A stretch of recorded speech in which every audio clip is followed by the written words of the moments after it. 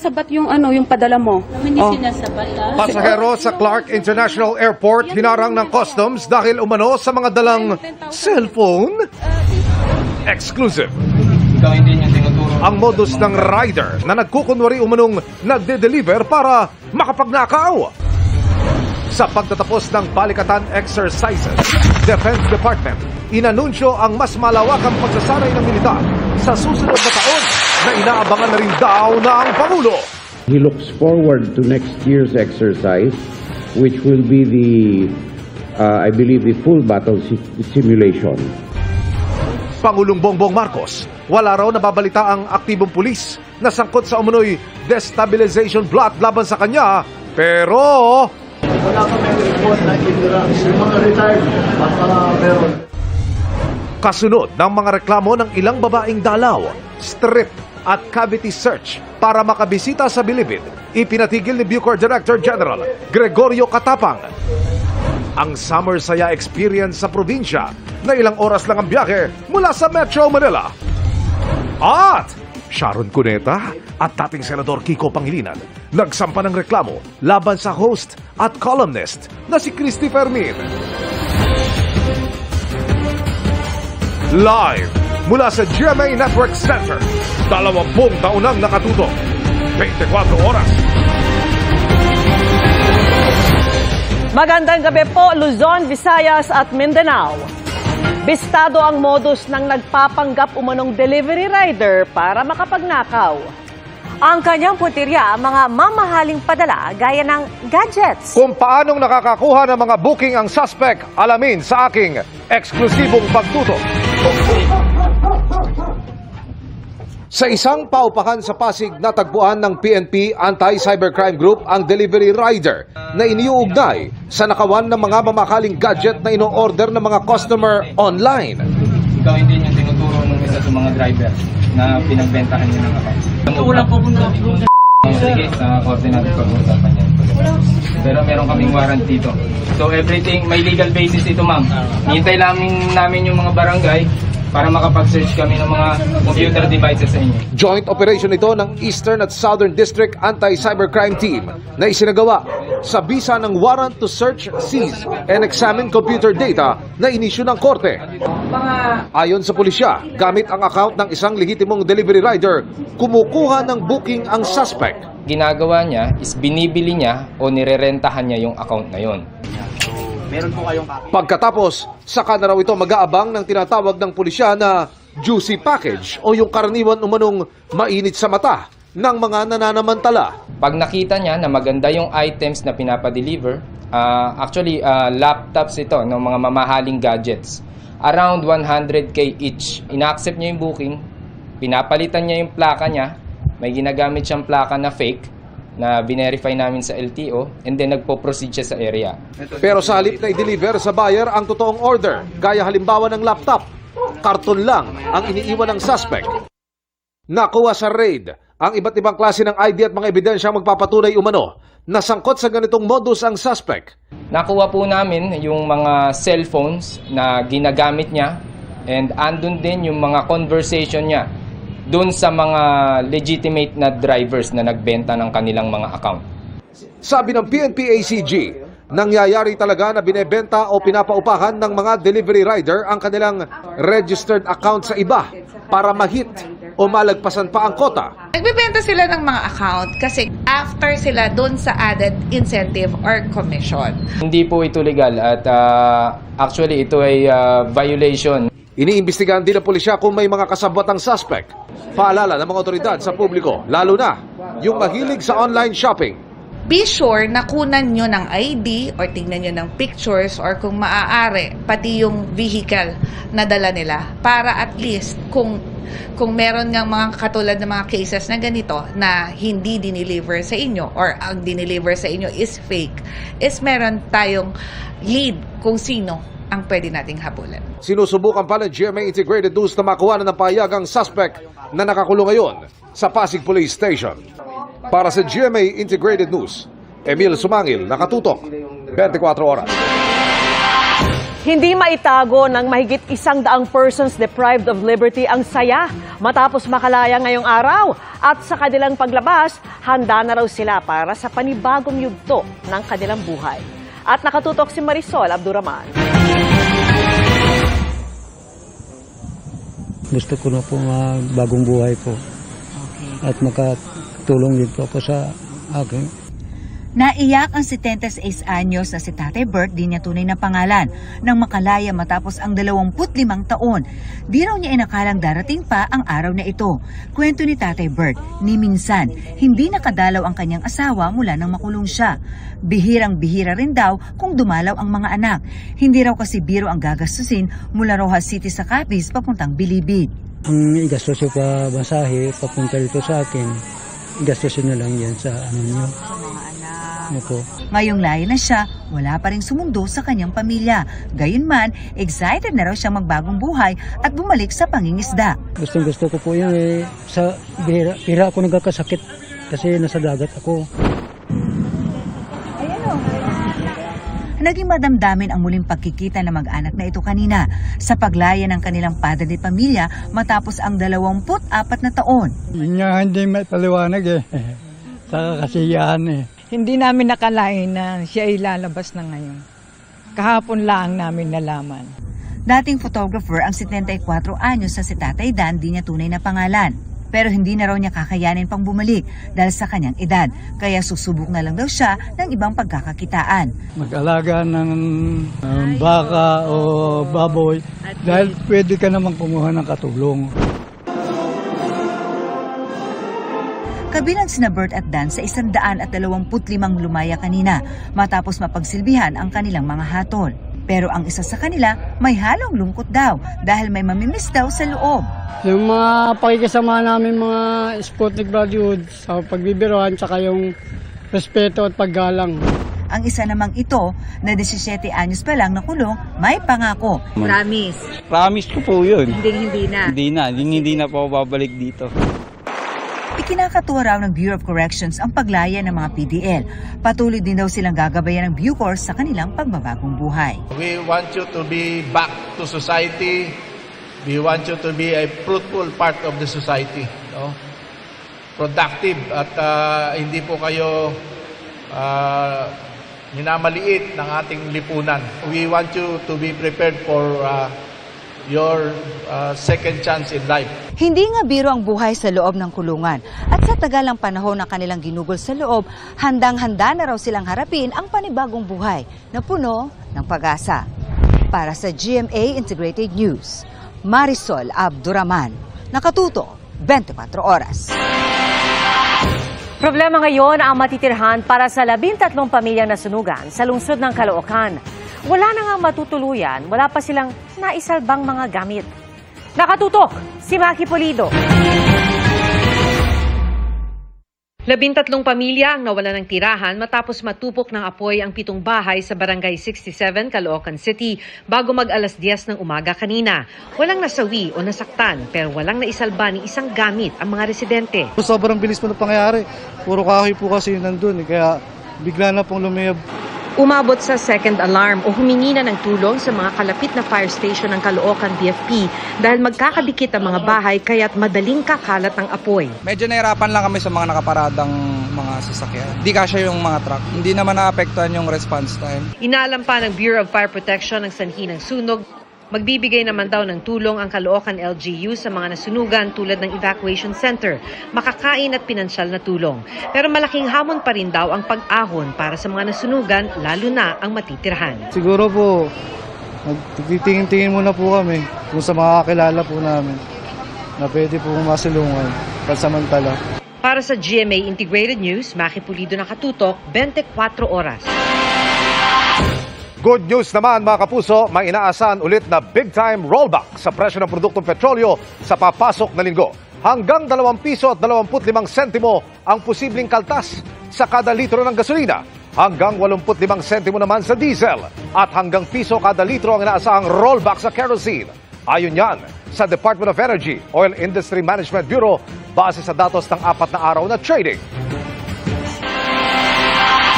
Kasabay ng pagtatapos ng 2024 balikatan exercises, inanunsyo ng Defense Department na magiging mas malawakan ang pagsasanay ng militar sa susunod na taon. Kabilang dyan ang actual combat simulation na inaabangan na raw mismo ng Pangulo. At nakatutok si Chino Gaston. Ang matagumpay na pag-target at pagtama sa isang barko ng mga makabagong missiles ng AFP, joint sail ng Philippine Navy warships kasama ang US, France at iba pang kaalyadong bansa sa karagatan ng Palawan.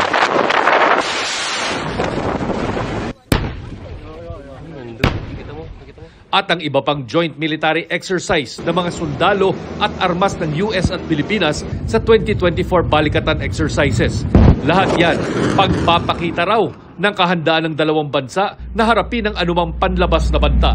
Ang susunod na balikatan, inaasahang tampok ang isang actual combat simulation, gaya ng pag-atake ng isang kalaban sa Pilipinas at ang pagtugon dito ng pinagsanib na puwersa ng mga Amerikano at Pilipino. Inaabangan na daw ito ni Pangulong Marcos ayon kay Defense Secretary Gilberto Teodoro Jr. He looks forward to next year's exercise, which will be I believe, the full battle simulation, which will put to the test the combined capabilities in the most realistic of scenarios possible, with safety in mind. I believe that next year's exercise would be more complex, and I was told that starting this afternoon, they will already start the planning process for next year's Balikatan exercise. May patikim tungkol dyan ang mga pinuno ng puwersa ng Pilipinas at Amerika. I think it's safe to say that we'll look to improve and continue the great momentum we have in increasing lethality by sensing the battle space and employing long-range fires. And I think we will also, as part of the full battle test, we will look to increase our interoperability that's ready to go, time now, and ready to handle any adversary that is foolish enough to challenge our shores or our democratic way of life. The full battle test would mean a more demanding exercise. The challenges as the exercise will be more elevated. It would require a better force integration. Kahapon sinabi ni Teodoro na dapat palabasin ng bansa ang mga Chinese embassy officials kung totoo ngang ni-record nila ang isang phone conversation sa pagitan umano ng AFP Westcom commander at isang Chinese diplomat noong Enero. Si National Security Advisor Eduardo Año Jr. nanawagan sa Department of Foreign Affairs na panagutin at parusahan ang pagpapalabas ng Chinese Embassy ng mga kaduda-dudang transcript ng umano'y phone recordings. Malinaw aniya na ang pakay ng Chinese Embassy ay para manira at pagwatak-watakin ang mga Pilipino. Paglabag daw ito hindi lamang ng batas ng Pilipinas kundi ng Vienna Convention on Diplomatic Relations. Para sa GMA Integrated News, Chino Gaston nakatutok, 24 oras. Pinahihinto ng China Pilipinas sa pagiging anilay provocative o mapanghamon. Sagot yan ng China sa pahayag ni National Security Advisor Eduardo Año Jr. na pagpapanagot sa Chinese Embassy bunsod ng paglalabas ng mga kaduda-dudang transcript ng umano'y phone recordings. Hayaan daw sana ng Pilipinas ang mga opisyal ng Chinese Embassy na gampanan ang kanilang trabaho. Panawagan pa ng Chinese Foreign Ministry sa Pilipinas, itigil ang pagtanggi sa anilay facts o katotohanan o paggawa ng mahakbang na mas makakasamaan nila sa Pilipinas. Tila humihinaan nila ang Pilipinas kapag iniharap ang katotohanan at ebidensya at wala na rin daw saysay ang ipinupunto ng bansa. Sinisika pa namin kuna na payag ang DFA, DND at si Secretary Anne. Nagain ang reklamo laban sa mga nagpapatakbo ng Pogo Scam Hub sa Pasay. Ang mga biktimang nakaligtas doon ng salakay noong 2023. Gumugulong na rin ang investigasyon kay Bamban Tarlac Mayor Alice Guo at iba pang opisyal na iniugnay sa nabistong Pogo Hub sa bayan. Nakatutok si Salima Refran. Nakasaklay at iika-ika pa rin ang isa sa mga banyagang biktimang nailigtas sa sinalakay na Pogo Scam Hub sa Pasay, Oktubre noong isang taon. Kasama ang iba pang Chinese Pogo workers, nagpunta sila sa Department of Justice para maghain ng reklamong forced labor o slavery na paglabag sa Anti-Human Trafficking in Persons Law laban sa pituring Chinese na nagpapatakbo ng smart web technology. Ito rin yung Pogo na natuklasang may umano'y prostitution den at torture chamber. Sila pong naituro ng ating mga foreign nationals na witnesses na siyang bumubugbog, nagtutorture sa kanila. May warrant sa People's Republic of China. Pero syempre, uunahin po muna natin na matapos yung kanilang asunto dito sa Pilipinas bago natin sila surrender sa China. 19 na mga Chinese at Pinoy ang kasama ring inireklamo para sa kanilang papel sa trafficking, fraud at paglabag sa anti-dummy law. Sila ang mga middle managers, team leaders, hanggang sa board members at incorporators ng Pogo. Yung kasing mga incorporators natin, all Filipino, so we suspected that they were just dummies. Kasi ang nandun sa loob ng Nasdaq, puro Chinese national, puro foreigners. So they use themselves to become a dummy to hide the illegal operation inside. Gumugulong na rin ang investigasyon ng Presidential Anti-Organized Crime Commission o PAOC kay Bamban Tarlac Mayor Alice Guo at iba pang opisyal ng lokal na pamahalaan kaugnay sa Zunyo 1 Technology na ni-raid noong Marso. Sabi nung DILG officer na umattend po doon na meron silang nakitang posibilidad ng administrative malfeasance and criminal liability di umano sa mga local government officials ng Bamban. Natanggap na raw ni PAOC Chairman at Executive Secretary Lucas Bersamin ang investigasyon ng Department of Interior and Local Government. It is within his power as Executive Secretary acting on the authority of the President to preventively suspend any local government official pending investigation or may ongoing investigation or kung may mga kasong na isampa laban sa kung sino mga local government officials. Kinukuha pa ng GMA Integrated News ang panig ni Mayor Guo. Para sa GMA Integrated News, Sanima Refran, nakatutok 24 oras.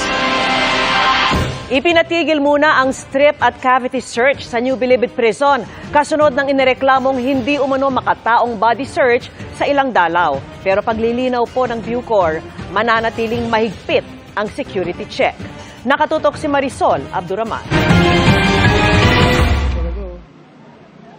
Simula ngayong araw, ipinahinto ni Bureau of Corrections Director General Gregorio Catapang Jr.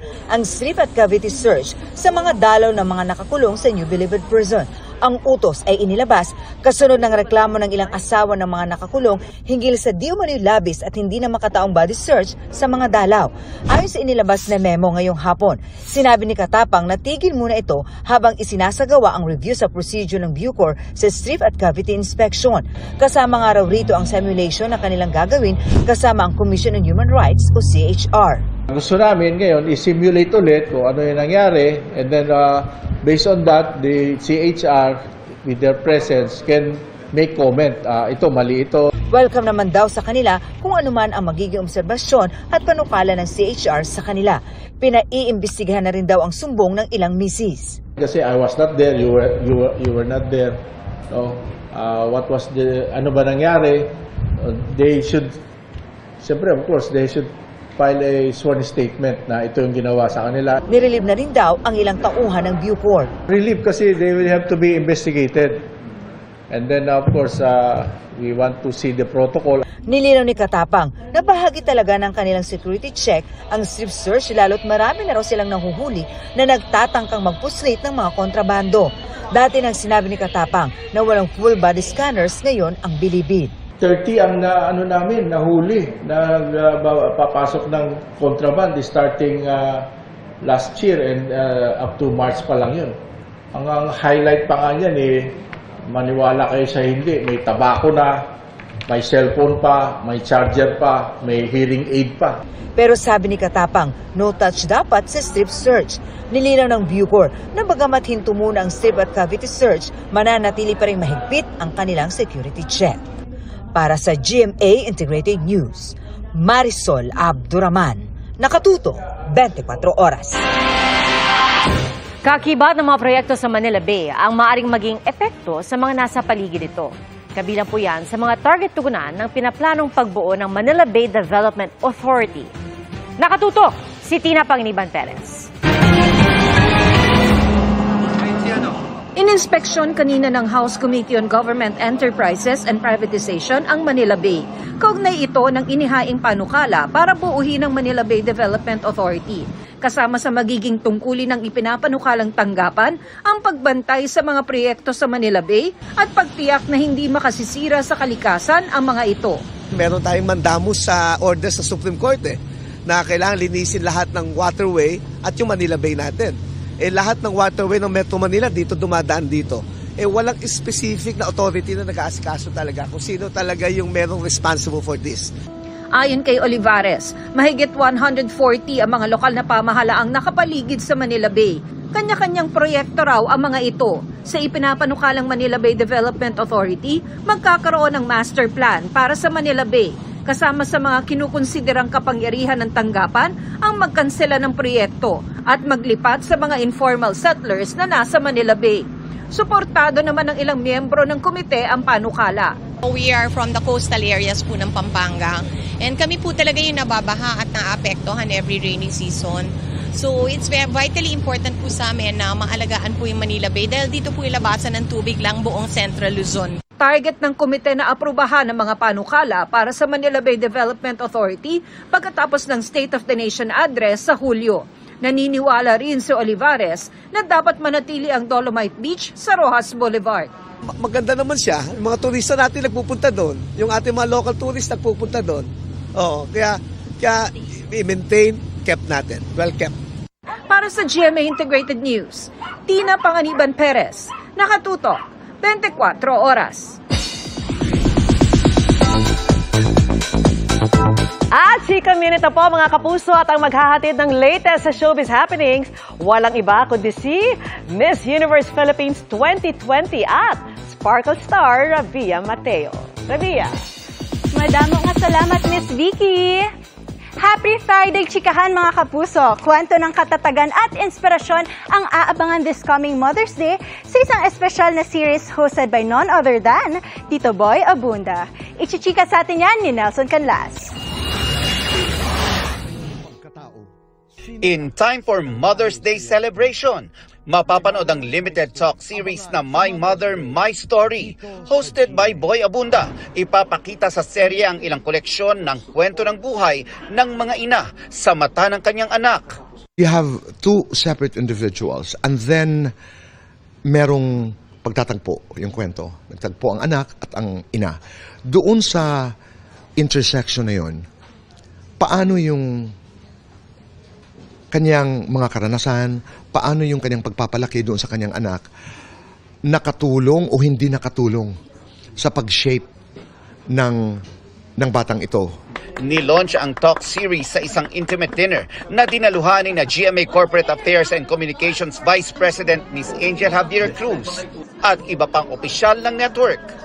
Naniniwala si Kuya Boy na mahalaga ang mga kwentong ganito. Kailangan tuloy-tuloy ang paalala sa atin na i-articulate, sabihin, gawin ang pagmamahal sa ating mga magulang. Bakit magulang ang ginagamit ko na salita? Kasi My Mother, My Story is also about fathers. Every father has a mother.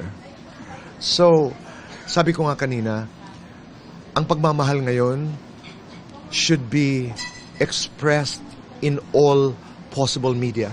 Mag-ready na raw na maantig ang damdamin at makarelate dahil ayon kay Kuya Boy, lahat tayo ay may kwento ng buhay na kung saan malaking bahagi ay naibigay ni nanay. Celebrity man o ordinaryong tao. Ang unang sasalang sa interview seat, si Luis Manzano. And this is my story. Mapapanood din ang special participation ni Star for All Season Vilma Santos.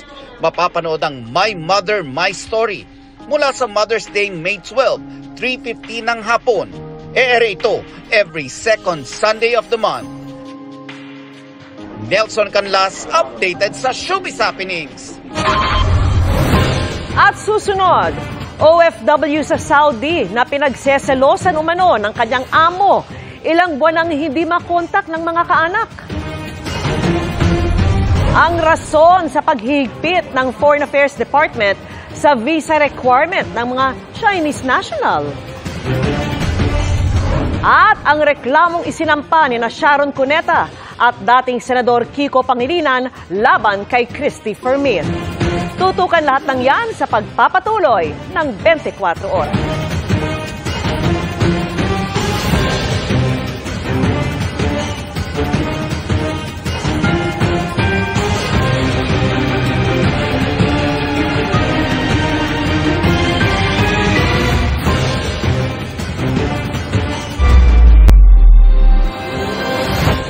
Ilang buwan nang hindi makontak ng kanyang mga kaanak ang isang OFW sa Saudi Arabia na sinabing pinagselosan umano ng babae niyang amo.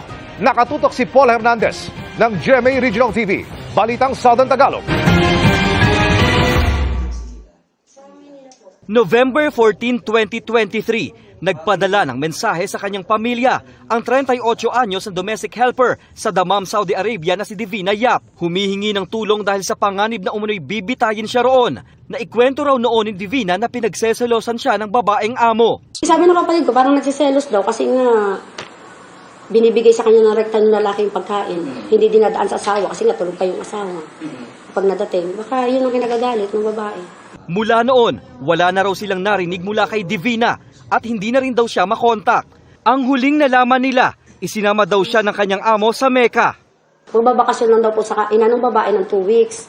After 2 weeks, balik po sila ng Dammam. Nilolodan ko lang siya dito, 200 weekly, para lang makapag-message sa amin ng text. Kahit sa text lang, kakamustahan kami ng kapatid. Hindi akalain ng ina ni Divina na ang paghahangad na mabigyan ng magandang buhay ang pamilya, hahantong sa problema. Masakit sa akin yung anak ko mabait po yung anak ko. Masipag po at mabait yun, magalang. Para isipan na sa akin ang isip ko, parang hindi siya makanagpunta, parang nilito na yung anak ko. Sa estimate ko lang. Parang kung saan na dinala yun. Nakipag-ugnayan na sila sa agency ni Divina pero wala daw ibinibigay sa kanilang impormasyon. Nitong huli po, na alam nila nagagalit na kami, sinasagot na po. Inaasikaso naman daw po nila, hindi naman daw po nila pinababayaan. Hininga namin ng pahayag ang agency ni Divina pero hindi pa sila sumasagot sa aming mga text at tawag. Dumulog na rin ang pamilya ni Divina sa Department of Migrant Workers o DMW. Hinihingan din namin ang pahayag ng DMW kaugnay ng kasong ito. Para sa GMA Integrated News, Paul Hernandez ng GMA Regional TV, Balitang Southern Tagalog, nakatutok 24 oras. Pumapasok po sa pagnenegosyo ang ibang naghahanap ng ekstrang mapagkakakitaan. Sa mga nangangapa sa pagpapatakbo o nag-iisip pa ng negosyo, may tips po ang ilang negosyanteng dumalo sa isang business expo sa Pasay. At nakatutok si Bernadette Reyes. May full-time job si Angel bilang sales manager, pero bilang single mom, naghahanap siya ng ekstrang pagkakakitaan. Hindi naman permanent na doon ako sa job na yon. So soon gusto ko meron ako sarili na. And yun yung yun naman yung ipang support ko sa 2 kids ko. Dito sa 14th Philippine SME Business Expo, mahigit 120 na exhibitors ang makapagbibigay ng business ideas para sa mga nais magnegosyo. Si Marga halimbawa, humina ang clothing business noong magsimula ang pandemic, pero nakaisip na magnegosyo ng home and personal care products. Ngayon nagsusupply na siya ng kanyang mga produkto sa mga hotels. You can start as small as 5,000 pesos. Kasi our products are like the soap, it's only 165, the hand soap 200 ml, the lotion 185, the candles 450. Kabilang sa mga pinupuntahan dito sa 14th Philippine SME Business Expo ay ang mga franchise businesses kagaya nito na meron ng subok na sistema at pasok pa sa budget ng mga Pilipino. Since medyo business-minded ako, medyo attractive ako dun sa mga franchise. Ang bigasan na ito halimbawa, nagsimula lang din bilang isang maliit na negosyo. Pero ngayon, nagpapa-franchise na at mayroon ng 500 branches. Magandang opportunity po ito sa mga OFW kasi po less risk yung ating negosyo. Kasi napakabenta po ngayon ng bigas. Lahat naman po ng Pinoy kumakain ng kanin, di ba? Bukod sa mga business ideas, makakapulot rin dito ng mga solusyon sa mga problema sa negosyo tulad ng paano makakapagbenta online. Kunyari, they have an e-commerce website.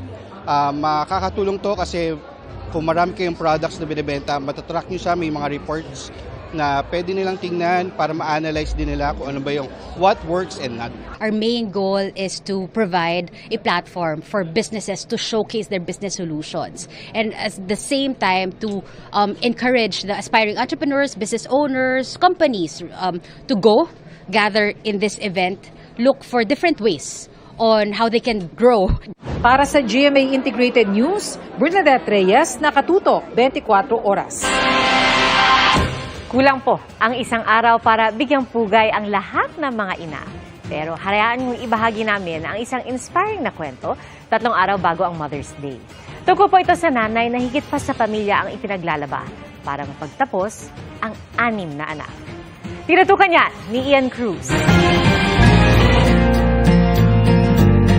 Lakas ng katawan at kalooban, samahan ng sipag at tiyaga sa paglalabandera at iba pang pagkakakitaan. Yan ang puhunan ng 67 anyos sa si Malu Certeza sa pagtaguyod ng kanyang pamilya. Ang 6 niyang anak, lahat nakapagtapos ng pag-aaral sa pamamagitan ng paglalabada. Nang mawalan daw ng trabaho ang mister, naglabandera siya para sa 5 bahay. Pinasok din niya ang ibang pagkakakitaan, katuwang ang mga anak at mister. Yung panganay ko, pagkagaling sa school, maglalako yan ng banana kiyo, kamote kiyo. May pambaon siya bukas. Yung pangalawa, ang katulong ko paglalabada, taga-Banlaw ko. Yung mister ko naman, ang taga-hatid ng labada at saka taga-tanggal ng sampay. Pinagsasaluhan daw nila ang mga pagkaing bigay ng kanyang amo. Minsay may kumukwestiyon daw kung bakit pinaaral niya ang mga anak ng 4-year course. Pero ginawa raw ito ni Malu para makaalis-an niya sa cycle ng kahirapan na naranasan ng kanyang ina at iba pang kaanak. Kung 2 years lang, makakapagtrabaho na sila. Pero kung 4 years, may dagdag pang 2 taon na paghihirap ko. Kaya gusto ko maging maayos ang buhay ng anak ko at mga apo ko. Unti-unting nakabangon sa kahirapan si Malu, lalo nang mapagtapos ang panganay na si Apple. Pinangako ko rin naman sa kanya, Nay, matapos lang ako, hindi ka na maglalabada. Iaahong ko kayo dahil gusto ko maging inspirasyon rin ako ng mga kapatid ko. Ngayon, masaya si Malu na hindi sumuko sa kanyang mga pangarap at ngayon ini-enjoy na ang bunga ng kanyang mga sakripisyo. Pinapangarap kong bahay, eto. Ang pinapangarap kong sidecar, kotse. Yun lang eh. Kailangan yung, sabi nga eh, mangarap ka ng mataas. Pagsikapan mo. Para sa GMA Integrated News, Ian Cruz, Nakatutok, 24 Oras. Tutukan! Sa mga nagbabalak ng getaway para sa Mother's Day, alamin ang magiging lagay ng panahon ngayong weekend. Ang handog ng GMA Kapuso Foundation sa 2 magiting na ilaw ng tahanan sa Dumaguete. At ang dahilan ng pagharang sa isang pasahero sa Clark International Airport. Yan at iba pang mga balita sa pagbabalik na 24 Oras.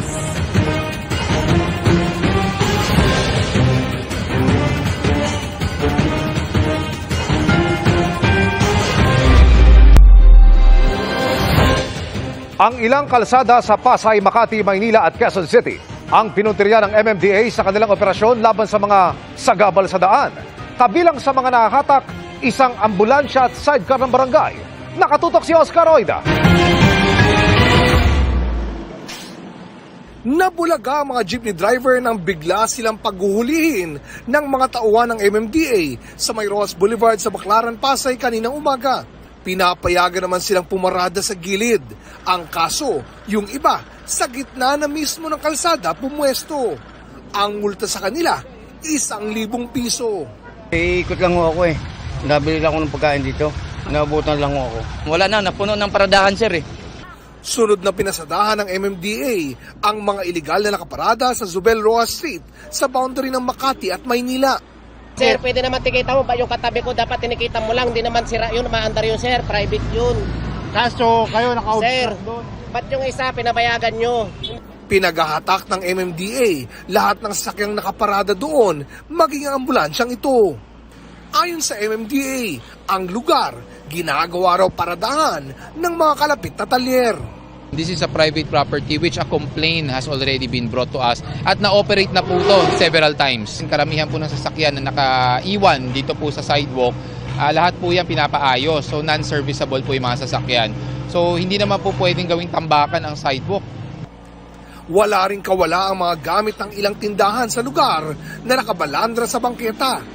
Ang sidecar na ito, pagmamayari pa umano ng barangay. The more dapat ilagay nyo sa tamang lugar. Hindi nakabalandra lang kung saan-saan. Hindi lang nakuha kaagad eh. Sorry po, pasensya na po. Napagsabihan na kayo kahapon dito. Pasensya na po, sir. Napurnada naman ang pananghalian ng ilang jeepney driver na pumarada sa gilid ng Chino Roses Avenue Extension. Hinuli rin kasi sila matapos pumarada ng alanganin. Sakit siya ko tuloy. Wala rin kawala ang makeshift vulcanizing shop na ito na nakapwesto sa mismong tulay. Sasakyan, automatically tatabi po yan sa gilid ng kalsada. So once na tumabi po yan, magkakos po yan traffic congestion. Sa barangay Paltok sa Quezon City, pinaghahatak din ang ilang sasakyang illegal na nakaparada. May pinapatupad namang one-side parking sa lugar. Pero may ilan daw talagang di sumusunod, kaya nagpatulong na ang barangay sa MMDA.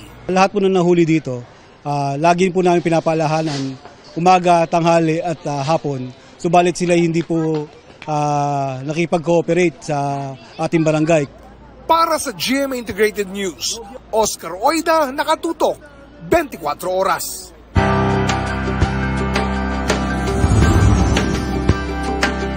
Nakilala po namin sa City of Gentle People o Bayan ng Dumaguete ang dalawang nanay na nagsusumikap para maitaguyod ang kanilang mga anak. Saludo po ang GMA Kapuso Foundation sa mga ilaw ng tahanan gaya nyo para sa inyong hindi matatawarang pagmamahal at suporta. Ito po ang munti naming handog bilang pagpapasalamat. Advanced Happy Mother's Day po. Isa sa mga dinarayong pasyalan sa Dumaguete City ang Rizal Boulevard o Pantawan de Dumaguete. Kita ang dagat dito. Pwede kang maglakad-lakad o di kaya'y sumabay sa mga nag-exercise. At kung pagod ka na, magpa-relax sa mga nagmamasahe dito, kaya ni Jacqueline. Sa katunayan, dito niya binubuhay ang kanyang 7 anak. Mula alas 5 ng hapon hanggang alas 12 na madaling araw, kumikita siya ng 300 to 400 pesos. Wala akong wish para sa sarili ko, para lang sa mga anak ko. Makatapos na sila ng pag-aaral, yun lang. Masaya na ako doon. Dito pa rin sa Rizal Boulevard, nagtitinda naman ng street food na tempura si Daisy. Dito rin niya kinukuha ang pantustos sa 9 na anak. Nagsisimula ako nagtitinda ng tempura noong nag-umpisa noong 1995. Tapos hanggang ngayon, simula alas 5 hanggang alas 5 ng umaga. So bilang bali isang buong gabi, wala akong tulog. Ngayong Mother's Day, day off muna si Jacqueline, Daisy at iba pa nilang kasamahan. Handog natin ang libreng pap smear at breast examination para sa mahigit 200 na nanay. Katuwang ang diagnostic care and laboratory services. With the increasing cases of cervical cancer, it's very important to have the pap smear done. With the lifestyles that we have, increasing talaga yung mga cases sa breast cancer. That's why it's very important to have self-breast exam. At syempre, may sorpresa rin tayo para kay Jacqueline at Daisy. It's a great help talaga by the GMA Kapuso Foundation, especially with this busy sila sa kanilang trabaho, so they have no time to be examined. So this is a great help talaga. Sa mga nais makiisa sa aming mga proyekto, maaaring magdeposito sa aming mga bank accounts o magpadala sa Cebuana Luwilier. Pwede rin online via GCash, Shopee at Lazada. Abangan ang first Filipino-made e-boat na mas tipid na, mas environment-friendly pa sa pagbabalik yan ng 24 oras.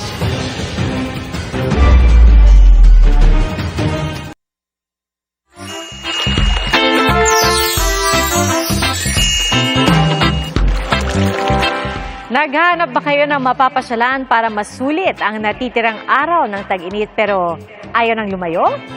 Pwede pa rin maka-experience ng summer saya sa probinsya, ilang oras lang ang layo mula sa Metro Manila.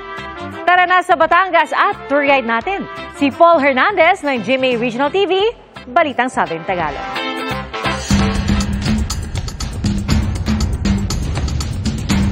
Thinking of a quick getaway o overnight stay? Baka sign mo na to para ma-explore ang probinsya down south of Metro Manila. Mula sa tinaguriang Little Rome of the Philippines at isa sa progresibong lungsod sa Batangas, tayo na din sa Lipas City. First stop natin dito sa sinasabing The Netherlands ng Pilipinas, ang world-class na The Old Grove Farmstead na matatagpuan sa Barangay Lodlod. And with just 2-hour drive away from Metro Manila, ma-enjoy mo na ang iba't ibang amenities dito. Ang day trip starts at 750 pesos na may kasama ng breakfast at only photo op sa 500 hektaryang leisure farm na dati raw taniman ng prutas at gulay. Very romantic sa kanilang barn house. Ang windmill at man-made lake will make you feel one with nature. Isama pa ang cafe in Old Grove Village na para kang nasa ibang bansa. Pwede ring makipag-bonding sa mga cute na tupa. And to keep the fun running, sino pa nga bang mas masarap kasama sa galang ito? Kundi ang mga runners ng Running Man Philippines Season 2!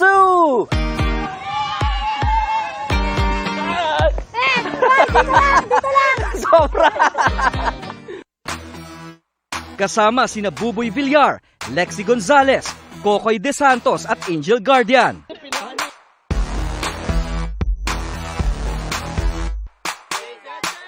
After the taping, ngayon ito bilad na bilad tayo sa araw. How's the experience so far sa pagpapakain ng mga sheeps? Actually po, negative 20 po kasi talaga sa Korea. 22 actually. Okay. Kumbaga, kaka-defrost lang po namin. Joke lang. As in, maganda to ngayon kasi nakakamiss. Season Kumbaga, 2. sa season 1, nagkakilanlan kami. Ito mas lumalim pa. Okay. Yung bonding namin. May kanya-kanya kaming changes for the season. Okay. May character development. Yes, meron po kaming kanya-kanyang character development na nakakatuwang panoorin. Iba yung weather, malamig, so iba rin yung visual, mapapanood ng mga tao. 1, 2, 3, let's go Running Man! And just like the challenges na hinarap ng mga runners natin at pag-explore sa iba't ibang lugar sa South Korea, hindi pa tayo tapos sa pamamasyal, samahan nyo kami as we continue our Batangas Expedition. Mula sa Dalampasigan, underwater expedition o free diving, lahat yan nandirito. Bukod sa nakita nilang maganda at masarap pumasyal sa Batangas, malalambing ang mga Batanggenyo kahit sinasabi nating tayo ay barako. Yan yung number 1 contributor why we have repeat tourists. Isa ang Villa Tortuga na itinuturing ng century-old house. Itinayo taong 1800. Pagmamayari ito ng Gahol family sa kaipinasa sa angkan ng Garcia Leonor, na ngayoy costume rental studio na. May experiential tour pa nga rito sa Villa Tortuga. May mga costume na pwedeng isuot ng mga bisita para mas maramdaman ang pagbabalik sa nakaraan. Gaya na lamang nito.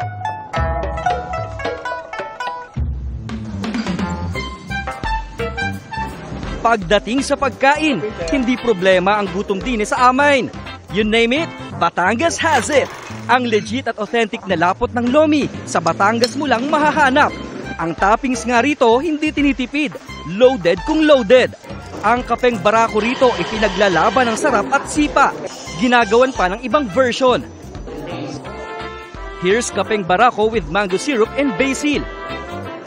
Makatulog ka pa kaya sa kapeng barako smoothie with ice cream. At ang ever-savory soup na gotong Batangas, pinasosi pa. Ala ano gangang sarap na re.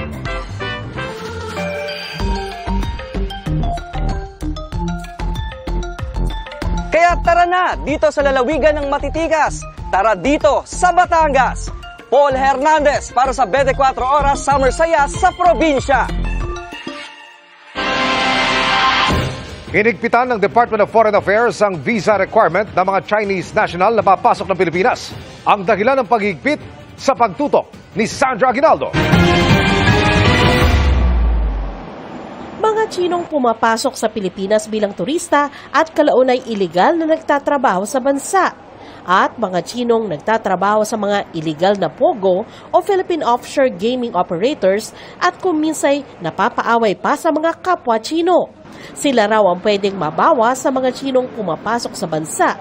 Ngayong hinigpitan ng Department of Foreign Affairs ang visa requirements nila papunta sa Pilipinas. Hihingi na ang Pilipinas ng Social Insurance Certificate bilang patunay ng kanilang pagkakakilanlan, isang requirement na hindi raw hinihingi dati. The most important thing, yung pagdagdag, is you have to show your social insurance certificate. Parang SSS natin. It's a more sure way to verify the identity of the applicant. Ang rason sa paghihigpit, Magpapasa ng fake bank statement, fake employee certificate, and mahirap i-verify yun kasi written in Chinese. And we have also some local hired people, Chinese speaking, pero still, ang daming nag-apply. ang paghingi ng Social Insurance Certificate, ginagawa rin daw ng iba pang embassy sa China. Nataon ang paghihigpit sa visa requirement sa mainit pa ring bangayan sa pagitan ng China at Pilipinas sa West Philippine Sea. Pero git ng DFA, walang kaugnayan sa naturang issue ang bagong visa policy. Sa datos ng Department of Tourism, mula January hanggang May 10 ng taong ito, ikatlo ang China sa pinakamaraming turistang dumating sa bansa na nasa mahigit 150,000. Sa kabuuan ng 2023, ikalima ang China sa dami ng turistang dumating sa Pilipinas sa bilang na mahigit 263,000. Paglilinaw ng DFA, welcome pa rin sa Pilipinas ang mga turistang Chino na makapagpapasa ng requirements. We are encouraging quality tourists to come to the Philippines. We're not shutting them off. In fact, these measures are also mutual protection. Like, okay, basically, sinong itong mga pasaway that are coming in using fake documents or they're here, nag-extend sila, or they just walang TNT. Magtutulungan din daw ang DFA at ibang ahensya ng gobyerno gaya ng Bureau of Immigration para mabantayan yung mga Chinese tourists na nasa Pilipinas na pero gustong manatili dito ng mas matagal. Depende raw kasi sa uri ng visa ang tagal ng pananatili ng dayuhan sa Pilipinas. What has been more convenient is that you just convert your tourist visa when you get here. But of course, BI and all the other agencies involved are now being also more careful, more strict. Para sa GMA Integrated News, Sandra Aguinaldo, nakatutok, 24 oras.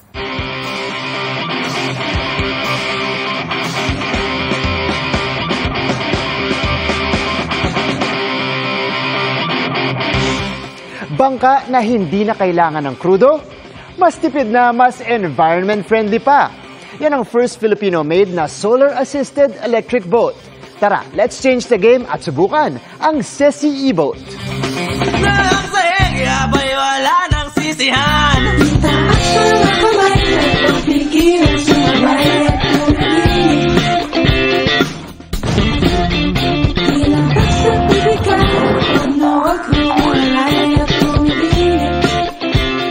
Mga kapuso, the heat is on. Pero kahit gaano pa kainit ngayon, mapapakinabangan pa rin ang sikat ng araw dahil sa solar energy. At yan ang magpapaandar sa e-boat na to. Ito ang first Filipino design and made electric boat, named as Safe, Efficient, and Sustainable Solar-Assisted Plug-in Electric Boat, or Ceci e-boat for short. Developed by engineers from Mapua University, headed by engineer Phoebus Cruz. We want to create a boat with zero emission, to have it powered by battery and 100% electric motor. Ang proyekto, co-funded by DOST at ng Department of Energy. So marami ng efforts on the modernization sa land. May Egypt, IBAS, ITRAI. Then they want also to carry over yung momentum na yun sa maritime naman. Siyempre, susubukan nating sakyan yan. So, i-on na ni Sir ang ating e-boat. Sa gitna na tayo ng dagat, pero hindi natin maramdaman pa rin na umana. May nag-aandar sa atin naman talaga niya kasi katahimik yung Ceci. Katahimik, para lang siyang sumisipol. We selected yung motor with the highest efficiency as well as yung battery natin. Mabilis mag-charge while matagal gamitin. bukod sa fully electric o pwedeng i-charge sa 220 volts, solar-assisted na rin ito. Itong Sesi or yung e-boat natin can run for 2 to 4 hours. Doon ay galing tayo sa regular chargings. Pero kung nakabilad tayo sa araw at meron tayong constant source ng solar energy, 1 to sawa po ang running ng Project Sesi. Pag maganda yung level nung araw, hindi na niya gagamitin yung battery. It will automatically switch solar panel. May tracking and monitoring instrument din para makaiwas sa banggaan. At dahil renewable energy ang gamit, mas tipid ang operation cost na nasa 25% lang kumpara sa paggamit ng fuel. Right now, yung Sesi e-boat is as a tourist boat. So pwede nating i-transport yung mga tourist from one island to another island. But the core technology, which is the electric boat system, pwede rin siyang gamitin for inland ferries, for mass transportation, and eventually pwede rin maging fishing vessels. So yun, maganda yun. No? So yun ang vision natin. Mga kapuso, hindi na lang sasakyan pati e-boat, meron ng sariling bersyon dito sa Pilipinas na sustainable at cost-efficient pa. Para sa GMA Integrated News, ako si Martin Javier. Changing the game! Sinabi po ni Pangulong Bongbong Marcos na wala siyang natatanggap na impormasyon na may miyembro ng PNP na sangkot sa umunoy destabilization plot laban sa kanyang administrasyon. Tinawag naman niyang sinungaling ang dating PDEA Intelligence Officer na nag-uugnay sa kanya sa illegal na droga. At nakatutok si Justoni Humamil ng GMA Regional TV 1 Mindanao. Sa pagbisita ni Pangulong Bongbong Marcos sa General Santos City, tinanong ang tungkol sa umano'y destabilization plot laban sa kanyang administrasyon. Na meron umanong mga retired at aktibong mga miyembro ng PNP na nagre-recruit para mapaalis sa pwesto si Marcos. Ayon sa Pangulo, wala daw siyang natatanggap na impormasyon na may pulis na nadadawit dito. Wala kami report na yung mga retired, baka meron na mga ginagalaw na kasi sumasama sa mga discount ang ginagawa. Pero sa ating mga kapulisan, siyempre sa officer ko, wala naman tayo nakikita gano'n na namumulitika ang mga pulis.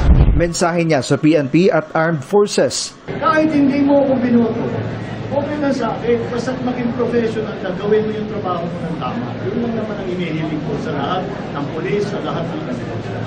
Tinawag naman niyang sinungaling ang dating PDEA Intelligence Officer na si Jonathan Morales na nagdidikit sa Pangulo sa illegal na droga. Hirap naman bigyan ng distansya. You know, this fellow is a professional liar. At parang jukebox yan eh. Kung ano yung hulog mo na, basta maghulog ka ng pera, kahit anong kanta gusto mo, kakantay na. Pero wala, hindi ko walang saysay. Tingnan mo na lang ang kanyang record. Nasa General Santos City ang Pangulo para mamahagi ng tulong sa mga apektado ng El Nino. Nasa 10,000 magsasaka at mangingisda ang nakatanggap ng tig 5 kilo ng bigas at 10,000 pesos na financial assistance. Namahagi rin ng Pangulo ng tulong sa Isulan Sultan Kudarat. Itinurn over ng Pangulo ang 50 million pesos na tseke para sa mga magsasaka at mangingisda sa Sultan Kudarat at 50 million pesos din sa probinsya ng North Cotabato. Bukod dito, naglaan din ng 100 million pesos ang Department of Social Welfare and Development Region 12 para sa 10,000 beneficiaries sa probinsya. Nakatanggap sila ng tig 10,000 piso sa ilalim ng Assistance to Individual in Crisis Situation o AX at 5 kilong bigas. Mula sa GMA Regional TV 1 Mindanao at GMA Integrated News, Just Tony Humamil, nakatutok 24 oras.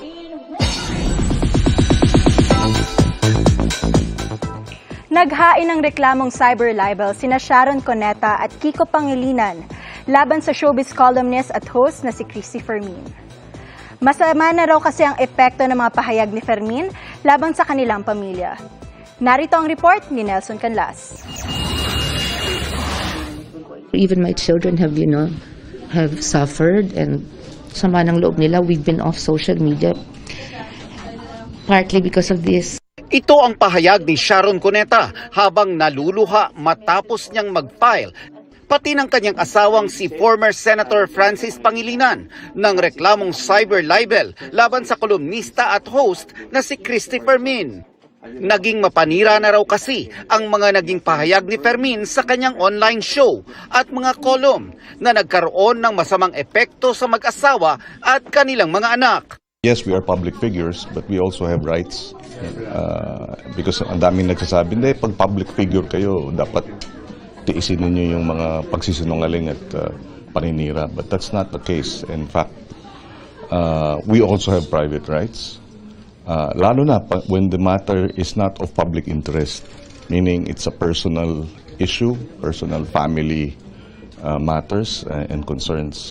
Giit pa ni Megastar, masakit sa kanyang kalooban ang magsampa ng reklamo laban sa itinuring niyang kaibigan. So I reached out to her, and for a while, I had so much affection for her kasi feeling ko tanda na natin, tanda ko na. I was looking only for good points in people. And then after a while, parang suddenly I was shocked kasi konting lalabas, parang hinusgahan ka agad, di ka man tinanong.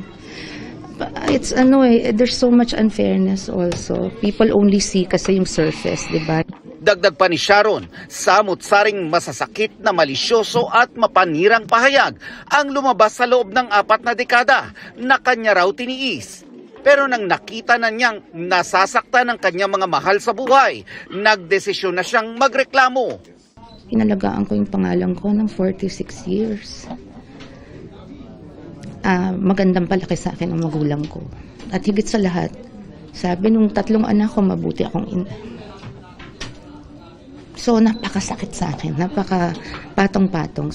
Tugon ni Fermin sa kanyang YouTube show na Christopher Minute kanina, "Don't shoot the messenger." Kasama raw sa kanyang trabaho ang mga ganitong kaso at naiintindihan niya kung saan nanggagaling ang reklamo. Pero hindi pa raw siya makakatugon sa mismong reklamo dahil hindi pa nakakarating sa kanya ang kopya nito. Para sa GMA Integrated News, Nelson Canlas, nakatutok 24 oras. Up next, mga pasabog na revelasyon at muling pagsabak sa aksyon ni veteran actress Chanda Romero, kabilang sa aabangan sa Black Rider. Non-stop ang pagtutok dito lang sa 24 oras.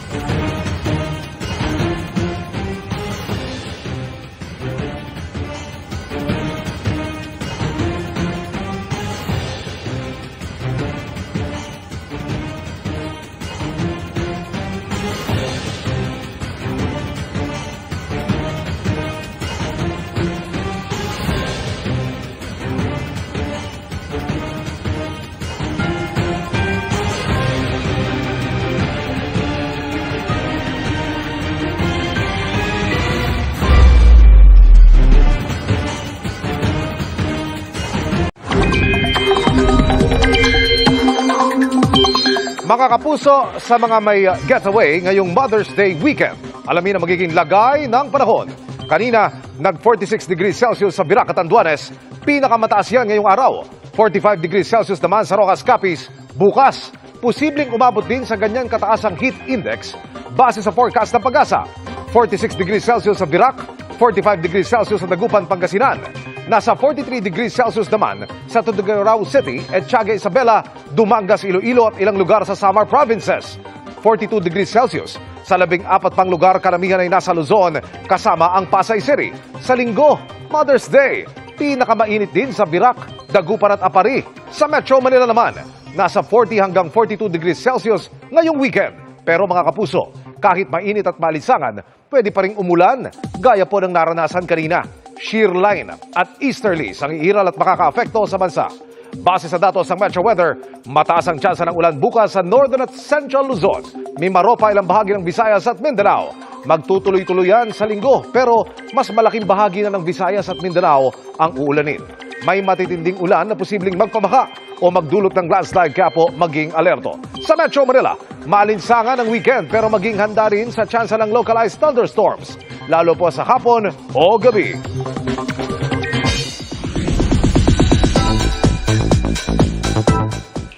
Pagkatapos tumatak bilang Cly na Maria Clara at Ibarra, handa na si Barbie Forteza na makilala naman bilang si Adelina sa inaabangang Kapuso Family Drama Series na Pulang Araw.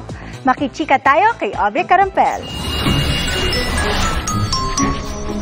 Kinikilig si Kapuso primetime princess Barbie Forteza sa pag-award sa kanya ng Box Office Entertainment Awards 2024 bilang Best Actress para sa kanyang pagganap sa Maria Clara at Ibarra.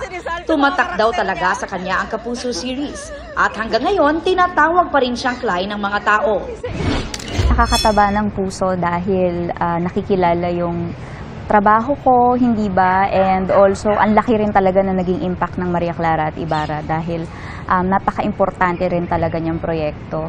Kaya naman mas lalong pinagbubuti ni Barbie ang pagganap niya bilang si Adelina sa Pulang Araw, ang inaabangang biggest family drama of 2024. Challenging siya because kailangan namin siyang magawa ng maayos. Unlike yung Maria Clara at Ibarra, it's all fiction, di ba? Ito talagang base talaga sa mga totoong naganap noong 1940s, noong World War II. So kailangan talaga accurate at tama ang maipakita namin. Bukod sa baliktambalan nila ito ni David Licauco, marami rin ang nag-aabang sa unang pagsasama sa teleserye ni na Barbie at Asia's multimedia star Alden Richards. Talagang suporta. Pagka may kailangan na umpisa pa lang ng eksena, kailangan ko nang umiyak, automatic kay Alden yun, nahahawakan niya yung kamay ko. Ramdam ko rin yung care niya sa akin bilang ang tagal na namin magkaibigan. Kasi talagang tinatanong niya, ano, kumain ka na ba? O ito, may pagkain ako dun sa tent. Yung mga ganong, yung closeness. And speaking of friendship, newfound friend naman daw ni Barbie ang Kapuso Prime Gem na si Bianca Umali. Kamakailan nag-post si Barbie ng kanilang girlfriend date na may caption na The Beginning of an Era. Nagsimula raw ang closeness nila nang magsama sa Sparkle Goes to Canada tour. Ang kanilang friendship, inihalin tulad nila sa mga karakter ni Rachel at Monica sa hit American sitcom na Friends. Sabi nga namin parang ayaw namin masyadong i-showbiz yung friendship namin. Kasi para sa akin, si Bianca talaga ay isa sa mga totoong taong nakilala ko at naging kaibigan ko. So, excited na rin daw si Barbie na ipalabas ang rom-com film nila ni David na That Kind of Love na magpi-premiere sa Jinseo Film Festival sa Japan. Aubrey Carampel, updated showbiz happening. Looking for a perfect getaway para ipasyal si nanay sa nalalapit na Mother's Day? Maraming activities na pwedeng subukan sa Tagaytay. At nakatutok doon live si Katrina Son. Katrina?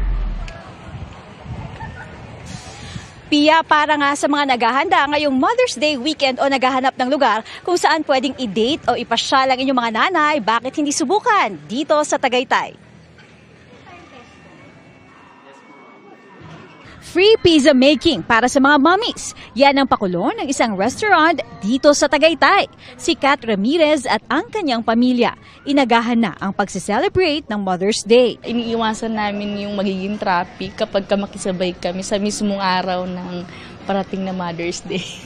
Taon-taon daw mula nang magkaanak ay di raw nila kinakaligtaan ng kanyang pamilya na mag-celebrate ng Mother's Day. Dapat talagang i-cherish siya every year. As a nanay, syempre, kailangan nating maramdaman yun na every year, importante tayo bilang ina. Si Zelly Villanueva naman at ang kanyang pamilya, in advance na rin ang kanilang Mother's Day celebration. Ngayon lang daw kasi sila magkakasama. May trabaho po ako, kaya po ngayon lang kami nag-celebrate ng Mother's Day. Dito naman nila napiling mamasyal sa isang amusement park sa Tagaytay. Bukod daw kasi sa mga rides ay may mga kainan na rin sa lugar. Tiyak naman na mag-e-enjoy at marerelax ang mga mommy sa leisure park na ito sa Tagaytay pa rin, na may iba't ibang mga rides at activities din ang pwedeng subukan dito ng pangbuong pamilya, gaya ng aerial bicycle at glass bridge. At para naman sa mga may hilig mag-boat ride o gustong itry mag-boat ride, hindi na kailangang lumayo pa dahil meron na rin yan dito sa Tagaytay. Para naman sa IG-worthy photos ng mga mommies, swak na swak daw dyan ang Heart Bridge kung saan pwede silang magpa-picture.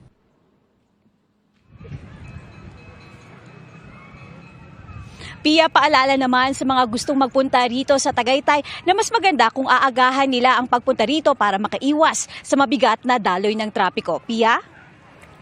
Maraming salamat, Katrina Son.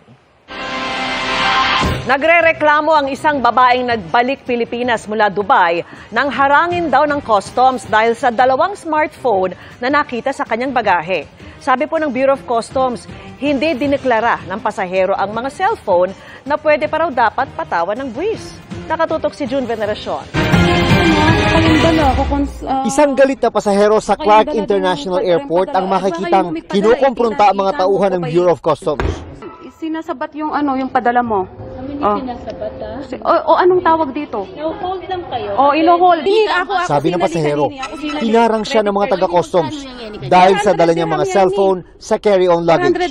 Yung phone pong yun, nire-box lang po. Second hand, tapos nire-format, tapos rene-box. Pero matapos makipagtalo, pinayagan din naman daw siyang makaalis at dala ang kanyang mga gamit. Kung alam mo po na tama ka, ipaglaban mo. Sa kanyang pakikipag-usap sa mga opisyal ng customs sa Clark, paliwanag niya, 100,000 yan, ang sabi po niya. Tapos, ang limit daw po is 10,000 pesos lang. Sabi ko po, padala lang ito. Tapos, ang sabi po niya, bawal daw po ang magpadala. Kasi daw po, ako daw po ang nakapirma. Sabi ko po, yung iPhone na to, hindi po to 100,000. iPhone 12 lang po to. Tapos, ako po ang bumili nito online. Kasi po, yung nagpadala po kasi, pinautang ko, gamit po yung credit card ko. So ako po ang bumili. Ang nangyari, kanyang ipinost sa social media at agad nag-viral. Sa incident report ng Port of Clark na ibinigay ng isang source, dumating ang pasahero sa Clark International Airport noong May 3. May mga nakita raw na selyadong cellphone sa carry-on luggage ng pasahero, kaya kinailangan ng examination. Nagalit daw ang pasahero sa mga customs personnel nang pinakausapan siya na susuriin ang kanyang carry-on luggage. Nang tignan naman ang kanyang customs baggage declaration form, no ang kanyang sagot sa tanong kung meron ba siyang dalang cellphone o iba pang kaparehong gadget na lampas sa bilang na pang personal na gamit.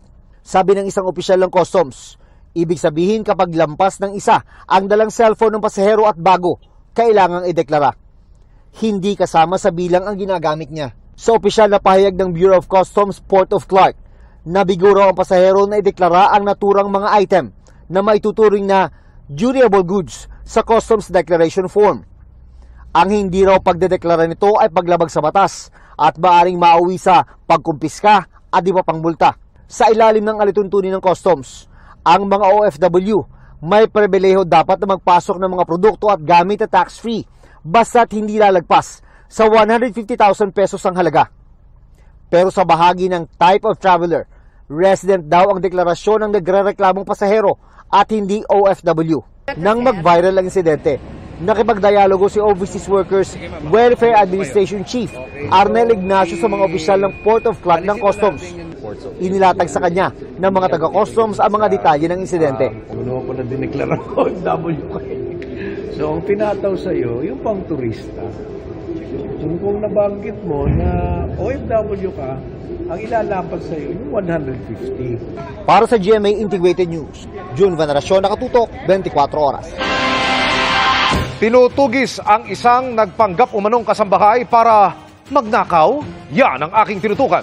Sa Bacoor City sa Cavite, may yaya di umano na nagpapanggap na kasambahay para magnakaw?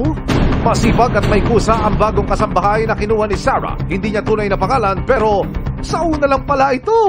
April 19 po ng 3 p.m. dumating siya sa amin, nagsipagsipagan siya. Tapos parang kinuha niya talaga muna yung loob namin na sipagsipagan siya. Yung pala, nagmamasid-pasid na rin siya dun sa kwarto namin kung ano yung makukuha niya.